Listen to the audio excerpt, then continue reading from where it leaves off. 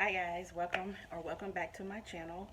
I'm Lawanda with Figuring the Cost, and today I wanted to come quickly to show you guys that first let me say this. I am in such a different place in my life. To God be the glory for that. So one of the things I wanted to do today is I want to make a quick video showing you guys this backsplash that I saw at the Dollar Tree. I'm sorry for looking down, but I have a piece of it right here. But it's packaged like this. And I'm going to show you the full piece in just a second, but this is what it is. I picked this up from Dollar Tree last week, and I thought it was really, really pretty. This is what it actually looks like right here. I'm going to cover my face up for a second just to show you. This is what it looks like.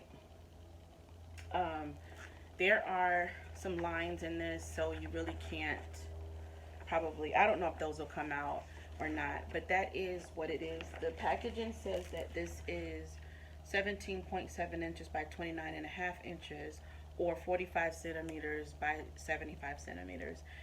It basically says easy, safe, and inexpensive way to protect your finished areas from splashes, spills, and splatters. No mess adhesive foil wall sticker. That is what the packaging says. There are 4 patterns at my local Dollar Tree that they had, and I'm trying to get closer so you can see that. These 4 right here.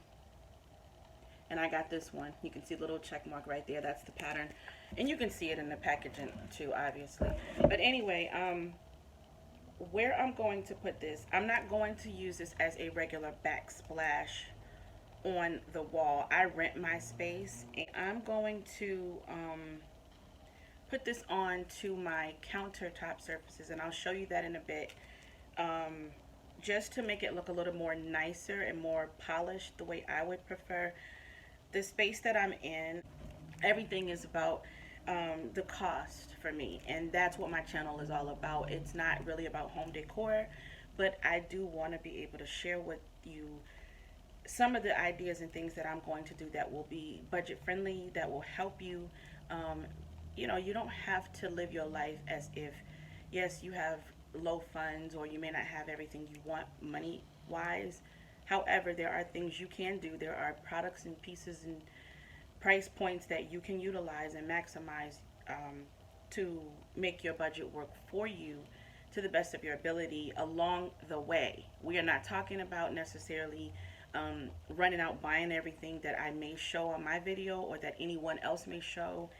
Those things are always nice to be able to do when you have the funds to do them. However, if you do not, we can show you, and I know I'm not by myself when I say this, and that's why I say we can show you, meaning people who do what I do and the way that I do it, how to make things come together, even if it's temporarily coming together for you. It can still make it, it can still work. So anyways, let me show you where I'm planning to put this. See if I can. So see that like tile look?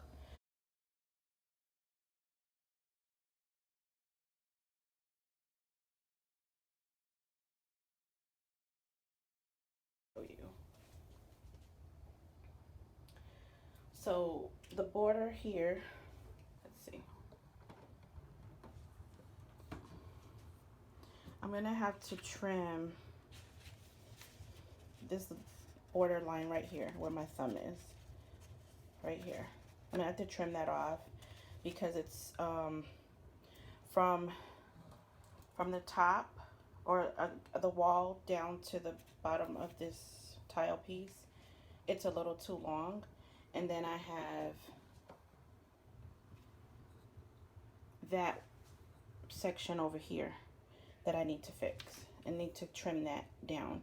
And then of course I'm gonna have to take an extra piece and add it to this side here.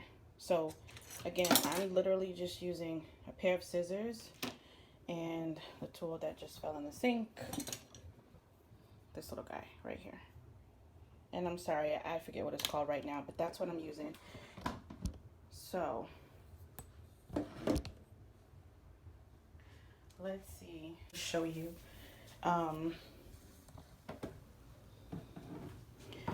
That corner back there that I was talking about here, I managed to make that work. So I still have to obviously figure out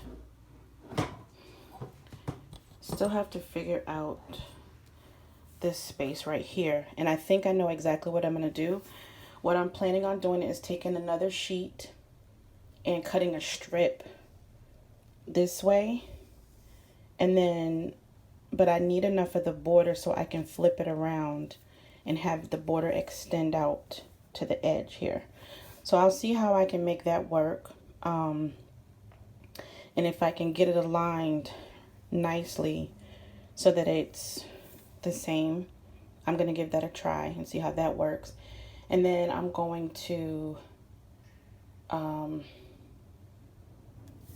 do the other side over there. But so far I like it.